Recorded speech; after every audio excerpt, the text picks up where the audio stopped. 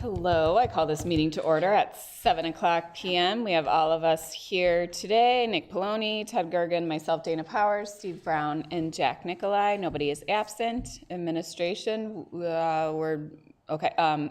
Sorry, Connie, Marquez, Patty, and Ryan. Visitors, please make sure that you have all signed in at the front. Motion on the agenda. I move to accept the agenda as presented. So moved. All those in favor? Aye. Opposed? Motion carries.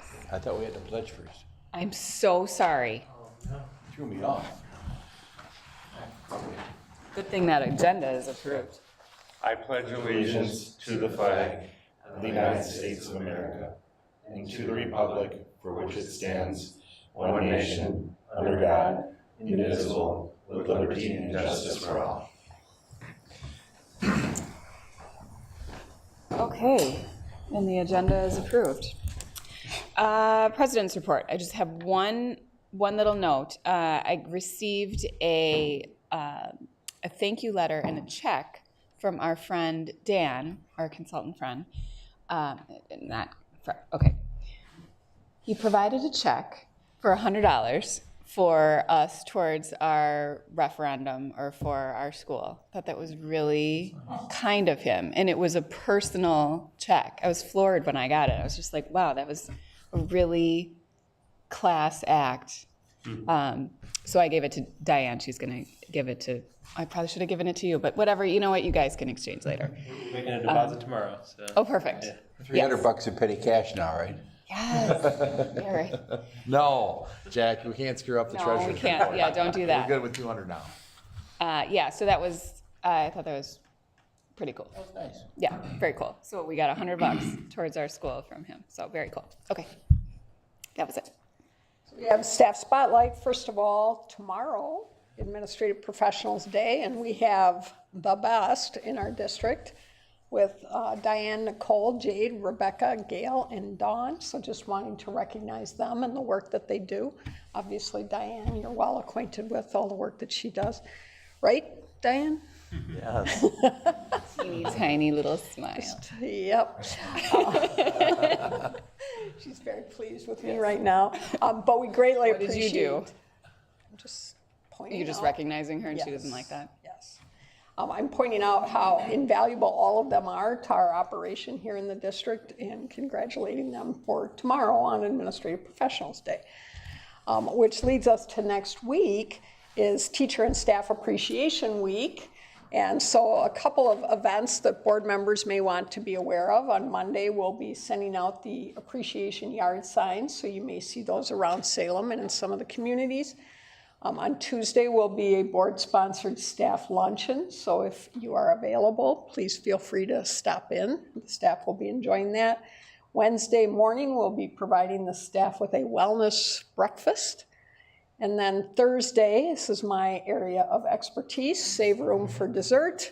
We have ice cream and cupcakes on Thursday. Are you making the cupcakes? No, Diane spent a significant amount of time consulting with me about what color and what type they should be. So you're making the cupcakes? No. What color? We decided some chocolate, I think, and quite a mix. I'm amazing. still waiting to determine the best ice cream that I can get in the large tubs, but there'll be at least 2 flavors. So. Connie, for the staff, the board-sponsored staff luncheon, what time does that start and where will that be? So it'll be on the stage, right? The intermediate gym or the, We talked about this, yeah, on our side, by the district office. okay? Oh, that state, okay. Yep. Yeah, the first lunch period starts around 11, and the last one is probably around 1. Yeah. So, So between 11 and 1. Okay, great, thanks. anything else on that? So I think also we're watch good. our social media because you'll see lots of pictures and things like that related to staff appreciation. Very nice. Clerk's report. Yes, the canvassed board election results. First of all, for the school board election, and these are totals for all of the reporting units. Steve Brown, 1,146, and Ted Gergen, 1,085. So congratulations, Ted. Congratulations, Steve. Thank you. And we rehearsed that, by the way, for at least about 20 minutes. Yeah, please. Wow. Next time, do like a song or And dance or then something. on the referendum on question number 1, and again, these are totals, on question number 1, which was setting the revenue limit, yes, 942, and no, 900. And for question number 2, which was the issuance of the $18.3 million general obligation bonds, yes, 990, no, 848. Very cool. That's all I have. Thank you.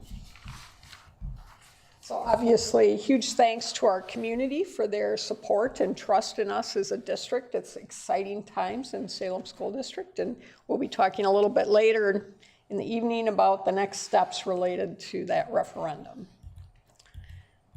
So then we have the treasurer's All right, I'd like to present the treasurer's report dated March 2022.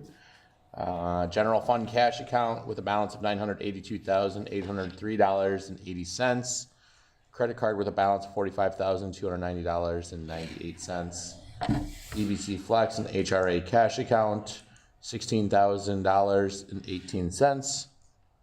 Capital Improvement Fund, $2,082,593.02. Petty cash, $200. LGIP of $4,896,962.54. That gives a grand asset total for March of 2022 of $8,023,850.52.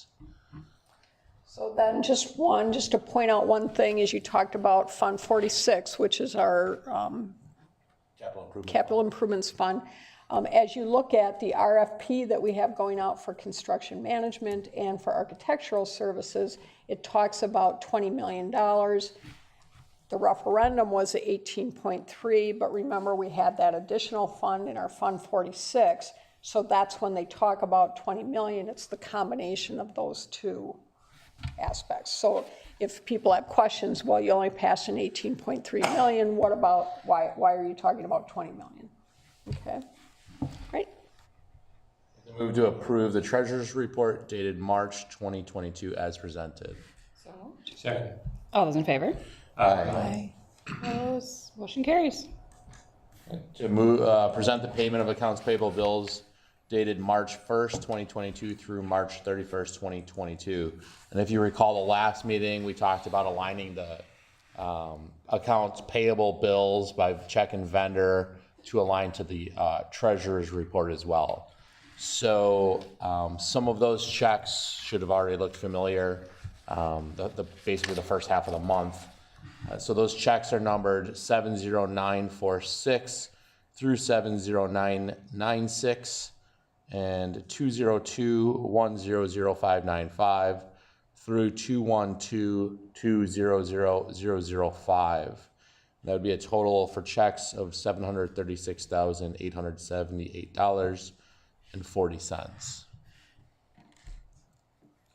I'd like to move to approve the payment of accounts payable bills dated March 1st, 2022 through March 31st, 2022. So moved. Second. All those in favor? Aye. Motion carries. We have a set of minutes. We have the minutes of the regular school board meeting 3/29/2022 as printed or amended. I motion to approve the minutes of the regular school board meeting dated 3/29/2022 as printed and or amended. So moved. Second. All those in favor? Aye. Motion carries. And the minutes of the special school board meeting 3/30/2022 as printed or amended. Motion to approve the minutes of the special school board meeting dated 3/30/2022 as printed and or amended. So moved. Second. All those in favor? Aye. Opposed? Motion carries. And the minutes of special school board meeting 4/7/2022 as printed or amended. I motion to approve the minutes of the special school board meeting dated 4/7/2022 as printed and/or amended. So moved. Second. All those in favor? Aye. Opposed? Motion carries. Lastly, the minutes of the special school board meeting 4/20/2022 as printed or amended.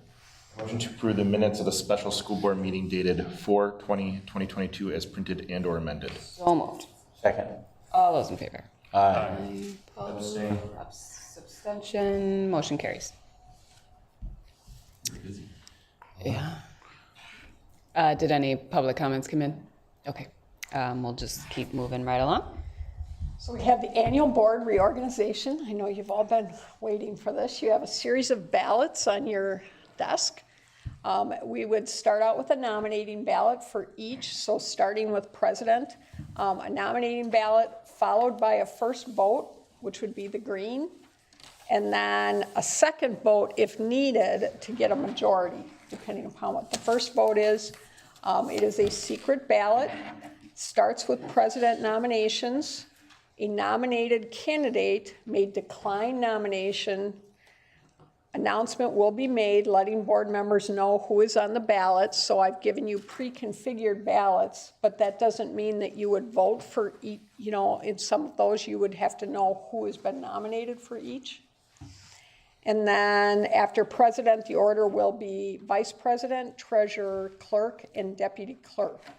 And then there would be a board motion to approve the slate of elected offices once that's all done.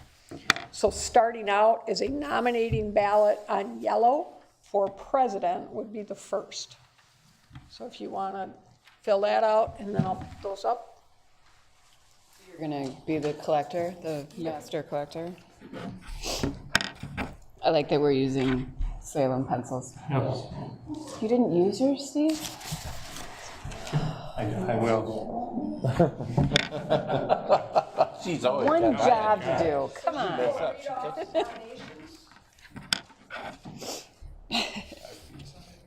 Thank you. Steve for new pencil. We have 5 nominations for Dana Powers. And that would be followed up by the vote. Yes. Following your board policy. Which we love, and now Steve's on board using a pencil. That's good. You're throwing us a curveball here.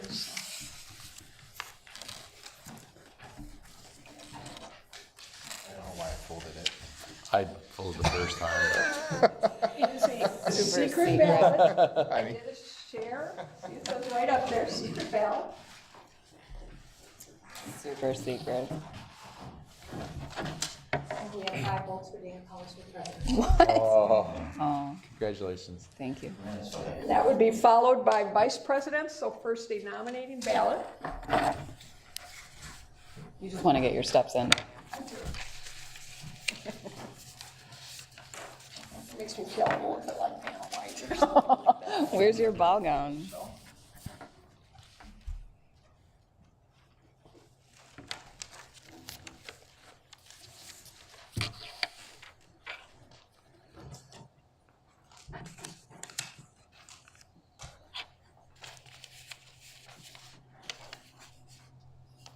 Five nominations for Nick Maloney. And you may vote.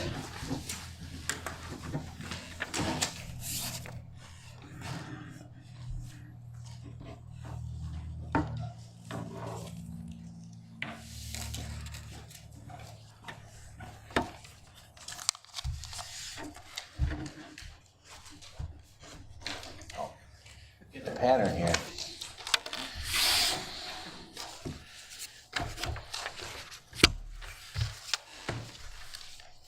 And 5 votes for Nick Maloney for vice president. What? It's weird how, yeah. On to treasurer.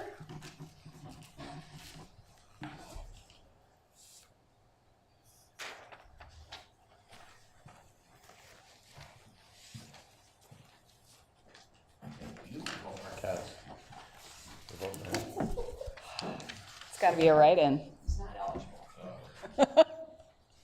But he loves numbers so much.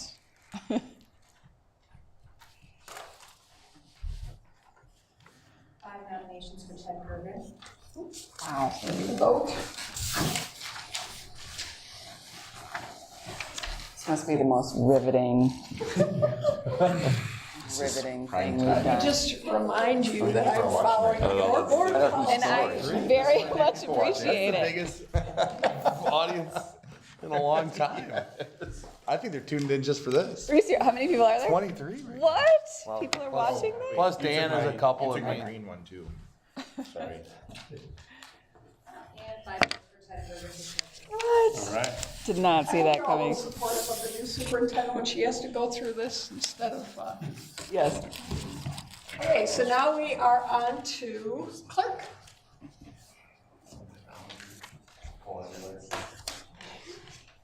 I'm gonna put in Make sure Vicky's you're watching contract, this but in she needs case, to wear a you gown. know, it gets messed up next What? year. A gown? When we do this yeah, I next agree. year, she'll have to wear a gown like Vanna. I'm gonna do this. Or a tuxedo. Like Vanna, I mean, that's either way. right. Oh, violence. No, It wasn't caught on camera. It was No, fine. we don't need that.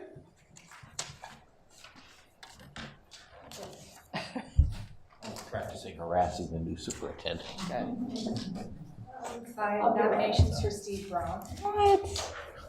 so then the voting ballot. I've had enough of your attitude. You have not. I barely started. For June 30th at 11:59:59. I'll continue. Yes, please keep holding it.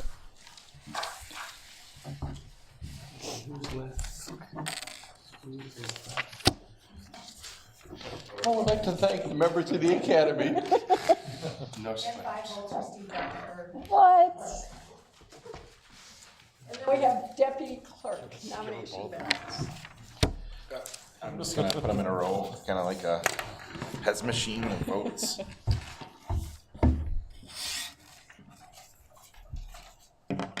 Thank you for using your pencil. Yes. Haven't broken the point.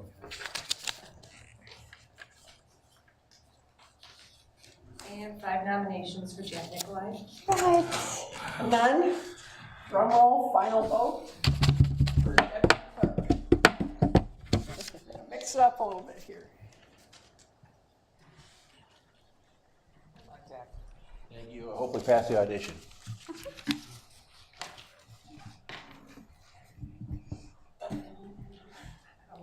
Drum roll. And 5 votes for Jack Nicolai. All right. Okay. Thank Phew. Thank you very much. Okay, so now that we've had that riveting, the board may make a motion then to approve the slate of elected offices. I move to approve the slate of officers as voted upon by the board. So moved. Second. All those in favor? Aye. Opposed, motion carries. Yay. Consideration to approve individual professional employee contracts for the 2022-2023 school year. So this is an annual process that we use. The contract approval this evening would include 74 full-time contracts for professional employees. And the contracts reflect already the step and lane changes that they're eligible for as they are known. So for example, if an employee were to complete a master's degree or something this summer, it would not reflect that at this point. The contracts will be placed in staff mailboxes and have been signed electronically at this point. So the recommendation would be to approve professional employee contracts for the 2022-2023 school year as presented. I motion to approve professional employee contracts for the 2022-2023 school year as presented. So moved. Second. All those in favor? Aye. Opposed, motion carries. So a couple reminders, this would be on contracted staff retention incentive. Back in 2021-2022 negotiations, which would have been in December, the board approved an hourly staff incentive of a $500 retention incentive payment. So following that, then in this package is a proposal to pay a $500 retention incentive payment for contracted staff members. Those are the ones whose contracts you just approved. In order to receive the incentive, however, staff would need to return their 2022-2023 contract by the May 16th, 2022 deadline. What this does is it allows us to move forward with staff in the classrooms and figuring out who's teaching where, what vacancies that we have as much as possible to start considering that.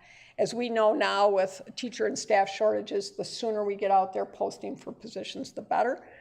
The incentive wouldn't be paid until the end of June, provided that the staff member had not resigned prior. So the recommendation would be to approve a $500 contracted staff retention incentive as presented. I move to approve the $500 contracted staff retention incentive as presented. So moved. Second. All those in favor? Aye. Opposed? Motion Just a carries. quick comment on that. I think, like if it's something that we were to consider in the future, I think we would, May 16th, I think is still like a way late date, right? I know this is a thing that we're just starting to talk about, but I think it'd be important to look at something like a March 1st or February 1st to get in the front end of that hiring season. I know a lot of schools are already wrapping that process up. Right, part of the difficulty in Wisconsin is that it was actually typical for school districts to use that May 15th deadline. That changed when they pushed the open enrollment dates back because the open enrollment window hasn't closed. Many districts don't know exactly how many students they will have next year. And so that complicated things. So then the state also pushed the mandatory, so in other words, a teacher is not required to return their contract till June 16th. So even under this scenario, that does bump that up a little bit to give some incentive to turn it in earlier. But certainly it's something to be a conversation about. Yep. Okay. So then we have the 2022-2023 notices of assignment for school year hourly wage employees. The notices of assignment include 22 8 part-time and 14 full-time school year hourly employees who are employed during the school year only. This is a legal requirement that assures that the intent is to employ them the following summer break and prevents an employee from collecting unemployment during that window of time. The district still has the ability to reduce staff provided it gives 2 weeks notice if enrollment changes result in not needing a particular position. There will be additional positions that are given this notice at, for example, a May board meeting, for example, designated building subs or ones that we haven't finalized yet at this point.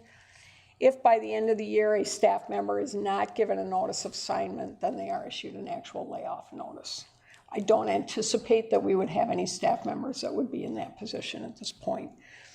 So the recommendation would be to approve notices of assignment for the 2022-2023 school year as presented. A motion to approve notices of assignment for the 2022-2023 school year as presented. So moved. Second. All those in favor? Aye. Motion carries. So a couple retirements, or one retirement, I should say. We have Joyce Hoyle, our 4K teacher assistant. She's worked for Salem for 13 years. She started out working in the kitchen before moving into a teacher assistant position. She's also ridden the 4K bus for many years. I'm sure there's many stories to tell from that particular assignment. If you know Joyce, you know she is the resident best dresser-upper for holidays and theme days and any special occasion days. She is crazy amazing at that. And she plans to do some volunteer work during her retirement. So the motion option would be to reluctantly accept Ms. Hoyle's retirement request along with expressing thanks for her years of service to the Salem School District. I move to reluctantly accept Mrs. Hoyle's retirement request, along with expressing thanks for her years of service to the Salem School District. So moved. Second. All those in favor? Aye. Opposed? Motion carries. We have a special education teacher resignation. Kiara Cram is right now a 4K regular education teacher and early childhood 4K special education teacher. She began with Salem in February of 2018 as a special ed teacher. She was a first grade teacher during the pandemic from 2021 2020, 2021. This year, she serves in that dual role of being both a 4K regular ed and special education teacher. She's also been a coach for cross country and track. She's relocating to California this summer with her spouse. The motion option would be to accept Ms. Cram's resignation request as presented, effective June 3rd, 2022. I move to accept Ms. Cram's resignation request as presented, effective June 3rd, 2022. So moved. All those in favor? Aye. Aye. Opposed? Motion carries. Have to change it up a little. I know. You guys are throwing me off here. So the board's already discussed this, but we're going to finalize that this evening. The architectural service contract, they did kind of bring out a timeline. This would be with PRA. We've worked with PRA kind of through this whole process. They were the ones that initially, going through an RFP process, did our facilities assessment, did the educational space study, worked through that kind of master planning and coming up with different options that the district might want to consider, and then attaching costs to that. And then, of course, we have the process of the board adopting the resolution for the referendum, and then obviously tonight, as you certified the Canvas results, that positive referendum vote. So at this point, then that concept of the facilities study is no longer obviously a process. So the next step would be for the board then to approve an actual firm to do the architectural work for the upcoming construction project. So what's next? They'll set up would be like staff input sessions to meet with some of the teachers whose classrooms, for example, are being renovated. We actually have a meeting set up next week with some of the administrators to really start talking about what are the areas and what the timeline would look like. Then, of course, then project design and construction documents. Later this evening, I'm going to be talking with you about issuing an RFP for construction management. Then going through bidding, demolition and foundation, phase 1, new building addition and construction, and then phase 2, that kind of final work. So kind of that process spreading out over the next couple of years. And some of that can change a little bit based on what you get from a construction management firm in terms of what they think they're capable of doing. But in the contract, some of the main points are that the contract kind of sets the rules for that relationship. It establishes expectations for progress of work through the different phases. It identifies the responsibilities of both the architect and the owner being the school district, and defines the cost of the work. The big thing is it defines compensation for PRA, which at this point the agreed upon was 5.75. That is a very competitive. We've looked at neighboring districts. That's actually a little lower than many districts have gotten. But at this point, then, the motion would be to approve the contract for architectural services with PRA as presented. I move to approve the contract for architectural services with PRA as presented. So moved. Second. All those in favor? Aye. Opposed? Motion carries. Then, as part of an ESSER funding staffing update, just kind of reminding you a little bit of where we're at on that, because it does impact staffing and moving forward to hire a particular position. As you know, the federal government provided those funds for the school district. We did go through a process of seeking input from our stakeholders, including students, families, and staff. And one of the consistent themes through that kind of talking with our community members and school members was that need for additional both mental health and behavioral supports for our students.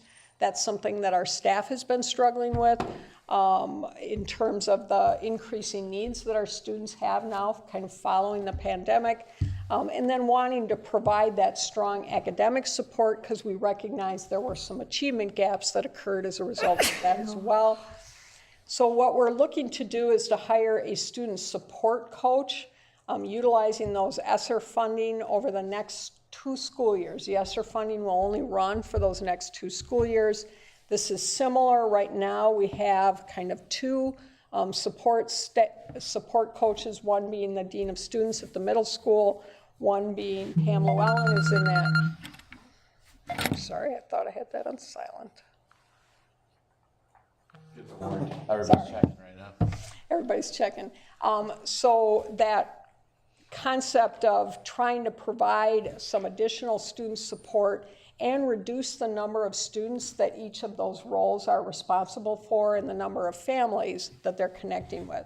So what this would do is it would create a third student support role so that you'd have one at the primary level, one at that intermediate level, and then one at the middle school level.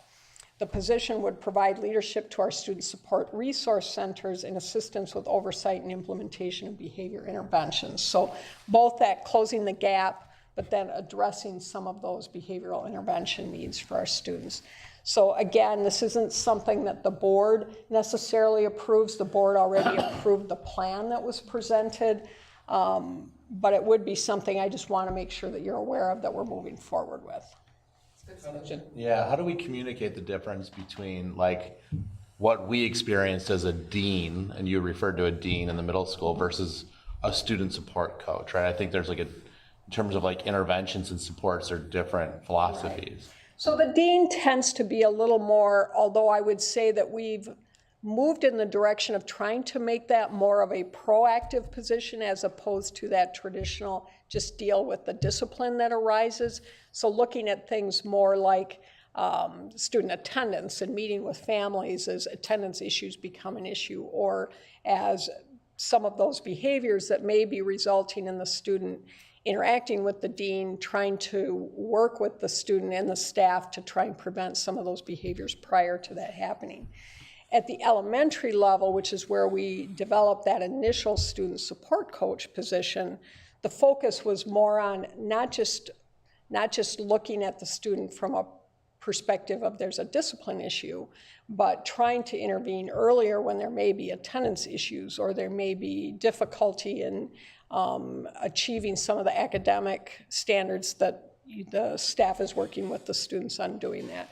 So the focus shifts from being the student has a problem to what kind of supports can be put into place in the classroom or in the school as a whole to help provide that student with the support they need to be successful.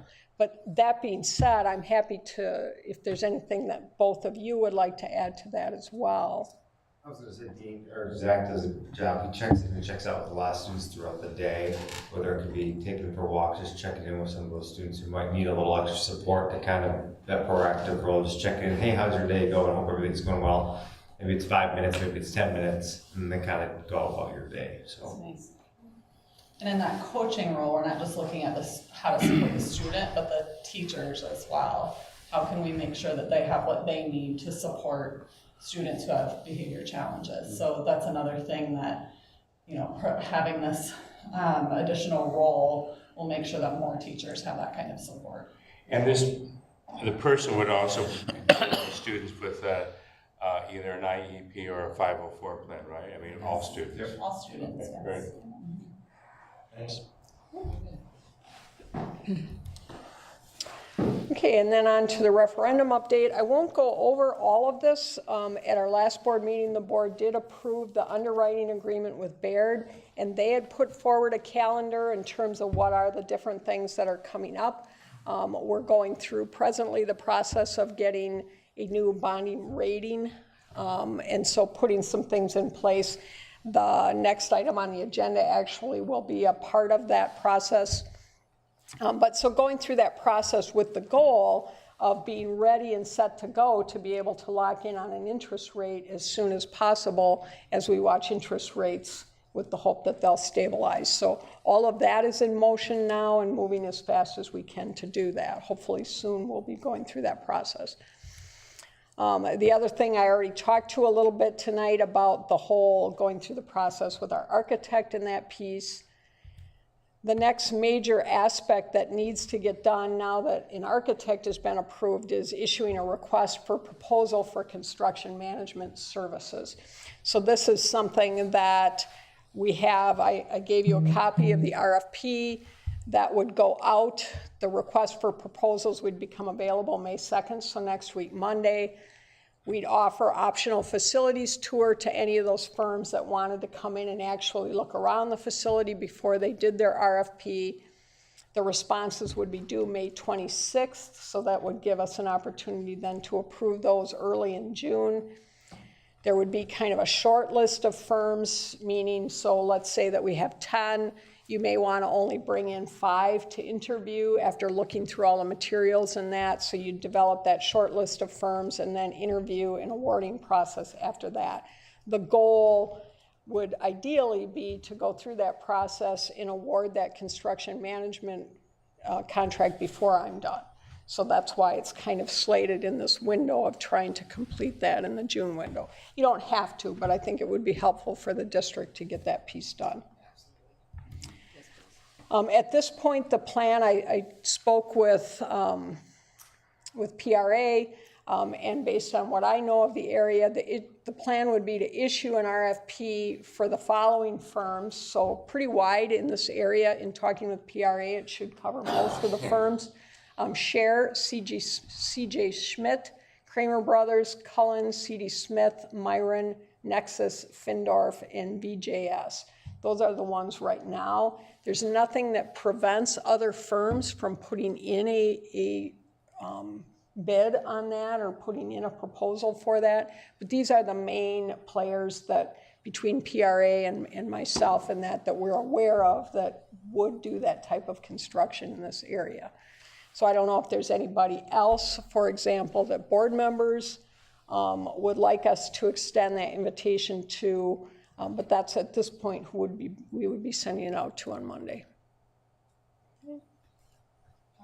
Okay. All right. On to the next part. So as Connie alluded to a few minutes ago, we are, before we issue the debt, the bonds, we will have to do a bond rating call. And right now we're looking at early June. And so part of that, the rating firm that we're gonna go with, I believe was Moody's.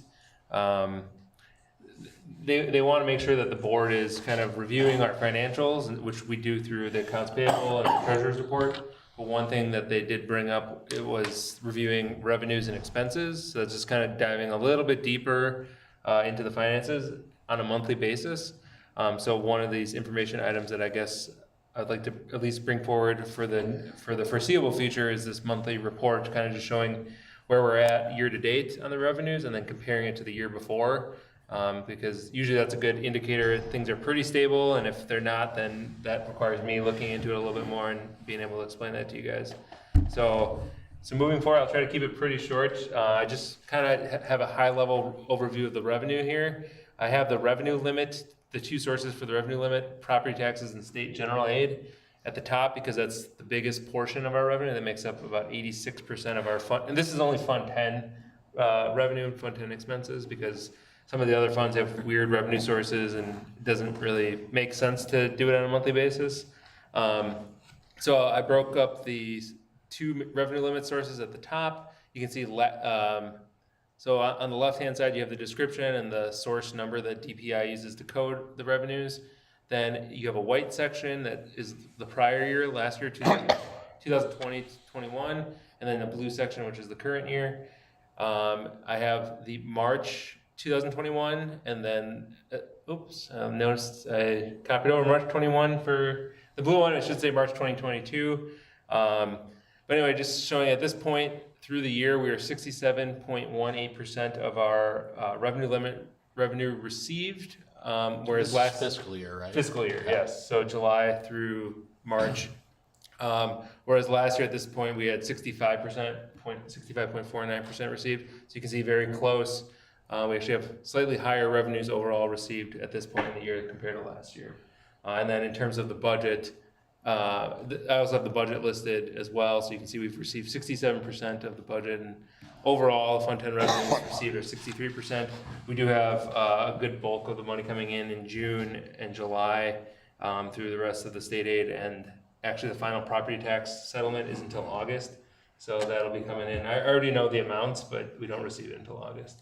So So that's the revenue side. If any of you have any questions, please let me know and I'll make sure I correct that month or the year on that blue column for next month. But then the next slide I have is expenses. So kind of what are we spending our money on? So I have it kind of, again, at a high level. Salaries and benefits make up a good chunk of our expenses. And so I guess I noticed another mistake. I wrote Fund 10 revenue on the bottom. I should say Fund 10 expenses. So first time trying to get the template done, and we'll make those corrections next month. But our overall expenditures to date, we've only spent 38.42%. What we do is in June, we actually pay out for the months of June, July, and August. So that's a big chunk of our salaries and benefits at that time.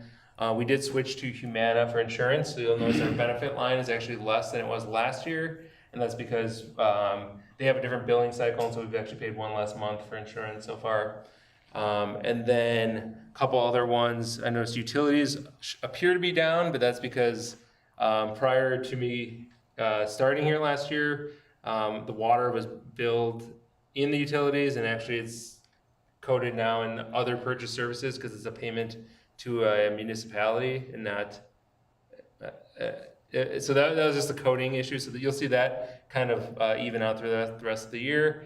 And then we did have a Chromebook purchase last year prior to March, whereas we are in the process working with Dan right now to purchase our next year's Chromebook. So that's why our supplies, the 400 level account is actually down this year as well. And then the big items, the interfund transfers, that's at 800 level near the bottom.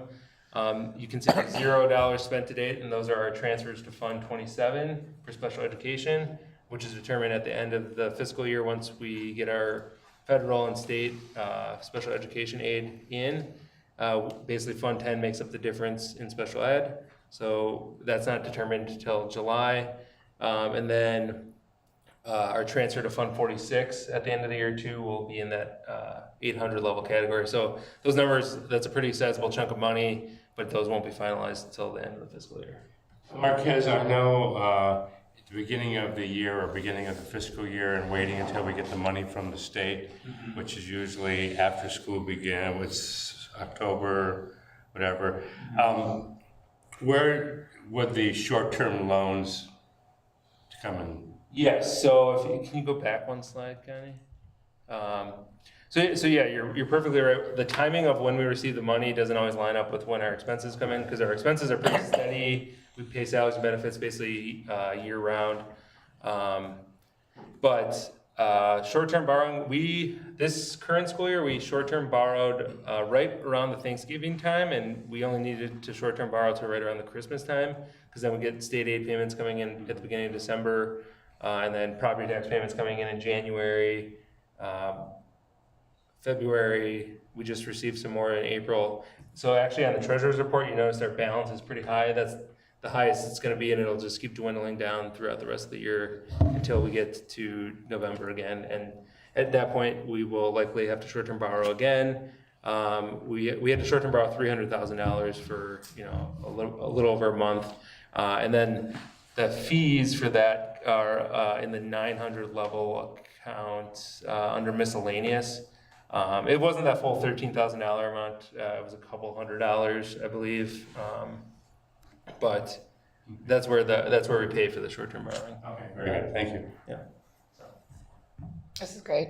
Thank you. All right, and so I won't go as into detail as much next time. Just kind of hit the high level where we at percent-wise for revenue, where we're at for expenditures, and if you guys have any questions, you can bring them up. Do we want to include this in the information that goes out in advance so we could look at it ahead of time, like the treasurer's report? Yeah, we can actually even And we can move it ask up into that if you guys want. If you guys do want to approve it, Yeah. they get lumped in with the other financial reports. All the numbers together. Yeah. And then we can work to, if we need to highlight anything. Now, why did you pick blue instead of, say, green or pink? I was trying to go with the Salem colors. I went with blue, white, and then I was like, it's up kind with of your gray face? on the left. Salem? Just wanted to see. I mean, you never know. Always stylish. Yes. I mean, I like blue. I'm not sure what your problem with it is. Oh, no but, problem. I was just mean, inquiring, you know. He likes numbers. Clearly he likes colors too, so. We'll have to have a meeting to decide what colors to use next month. This could be interesting. So next month we'll move it in with the other financials in. Yes, that makes sense. So information items, we have administrator reports. Mr. Sandberg.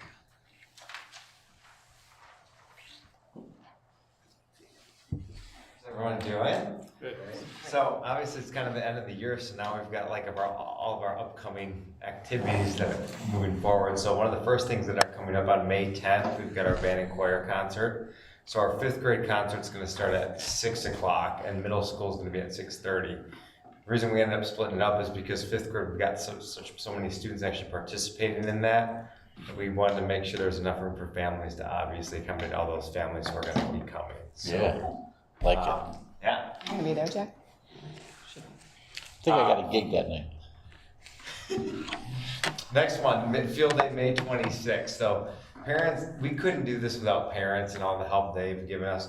We've just opened up volunteers. We've had over 100 families that have already volunteered for May 26th. I'm sure we'll probably be closer to probably at 125 mark. So that's really, really great. I know families really look forward to that day. Staff look forward to that day, and obviously students do as well. So that's another big day. Third last one is obviously graduation on June 1st. The plan is again to continue that, doing it outside. I thought it worked really, really well last year with that. We got a lot of good feedback from families and different things like that. And so weather permitting, that's kind of June 1st, you said? June 1st at 6, yeah, which is a Wednesday. And then just one last thing we kind of been able to do, obviously, thankfully our COVID numbers slowly decreasing a little bit here. One of the things we've been able to do is kind of the middle school and elementary grades have started to be able to collaborate a little bit. So one of the things Mrs. Dalt and Mrs. Etzmer's class has been able to do on Fridays, they do buddies. And so what they end up doing is they end up going down to the middle school library, and sometimes the third graders are reading to the eighth graders, the eighth graders are sometimes reading to the third graders. 2 weeks ago, they were doing math games and things like that. And one of the coolest things is there was a student that wasn't necessarily feeling well earlier in the day, and I was just checking to see how they're doing. They're like, well, I'm gonna feel better because I wanna make sure I go to buddies with third graders. So that's not a testament to the job, obviously, Mrs. Atzmary and That's really cool. Miss Dalt are doing, obviously, with that, and wanting middle schoolers to be a part of that. I just think that's a really awesome story, so. That's it. Any questions for me? All right, thank you. Thank you, Ryan. Gerald. So I just wanted to highlight our second grade team. Right now, our second graders are doing a research project on jobs in our community. And so they have each selected a particular job, but they're doing their own research on that job to kind of bring it into the real world. We have asked family members to come in and speak to classes about their jobs. And so the students are able to connect that research that they're doing, get some experience listening to, taking notes from speakers, and then being able to incorporate that into their own work. So it's been really great to have community come back into the school again. It's been a long couple of years of not a whole lot of visitors, so that's been a real highlight. And then in the next slide, we have just an example. One of the parents who came in, Mr. Rutz, came to speak about the work that he does as an engineer at Tetra Pak. And, you know, of course, he had to bring some goodies for the kids, so we brought juice boxes that his company provided, and spoke to the kids about his job and how important it is that it's not just about what he knows, it's about how he treats people and how he works with people. So there's just some really great messaging that went to our kids. So I just wanted to highlight that and thank our community members for coming back into the school with us. Great. Thank you. Connie, I have one question for you. Generally speaking, how are things going with regards to special education? In terms of? Anything? Hiring. If you could speak about the program and how things are going and with? So our special ed, our pupil services director is not here this evening, but I would say a couple things. One of which is, you know, that she has retired, so that won't occur until the end of the year, but we're in the process right now of, we've posted her position and we'll be going through and interviewing that position. The end of the year in special education is always very busy because you have the year-end kind of evaluation and planning for the following year. So lots of meetings with families and parents about what programming for next year looks like and that type of thing. So a very busy time. Some evaluation of students and that also going on through the spring. And then obviously the next big piece that comes into play, and our staff plays a very big part of this, is how we schedule students based on their IEPs the following year in terms of the classes that they're in, how those students are scheduled throughout the grade levels. So for example, if you take a look at your number, you say you have 5 sections in 5th grade, how you then look at the students and the needs and then kind of match up what the best classroom for them to be in terms of that process. So it's a really busy time from a special education perspective. I think the other piece, though, that is really important right now is that kind of looking to next year. What does our staff look like? We're going to have some pretty significant openings. As you saw, we approved a resignation this evening, and then obviously the director position. So, you know, that process of working with staff to then hire candidates for those different positions and what that looks like as well will be kind of a major process that we're going through in the next year. I do think that, you know, as we mentioned with the ESSER funds, that with all of our students, that need for additional student support, both behavioral and academic, regardless of whether they're special education or not, but certainly for students who have maybe experienced more of that kind of gap during that kind of pandemic time, is something that we're looking at to hopefully that this will be of assistance in trying to meet those students' needs. Okay, thank So, you. does that answer your question? Very, very much. All right, thank you. Committee reports, we didn't have any meetings. At this point, I'm not recommending, but I do, once we get those RFPs back, that'll be a time when my recommendation probably will be that the Building and Grounds Committee initially take a look at those proposals to do that narrowing down of the top ones to then bring in an interview. It will likely be the whole board that would be involved in that final decision-making process, but in the process leading up to that, it would be good if the Building and Grounds Committee could be a part of that process. And there may be some other ones as well, so I'm not going to recommend anything today, but just kind of putting that on your radar. I do think it's possible in the month of May. There's just so much that goes on that I may be coming to you and asking for a special board meeting related to some of the things in wrapping the year up, but I don't have anything immediately on the agenda to do that. Speaking of committees, if you guys want to change your committees, if you can just send me a note. I think that happens next month, but just, I'll keep it as is unless I hear from you. Okay. Good. So our next regular school board meeting would be 7 o'clock, Tuesday, May 24th. So we're getting down. I do want to point out that's my second to last board meeting. So We should have like the pre-party then. I'd have some cupcakes. pointing out that that is coming up there. Bring your own ice cream. I could maybe do that. But you need to bring your own ice cream. Yeah, BYOIC, yeah. I'll bring all the flavors I don't like. I'll sit here with one that I do. All right, great. I move to adjourn the meeting at 7:54. Second. All those in favor? Aye. Aye. Opposed? We are adjourned. Thank you.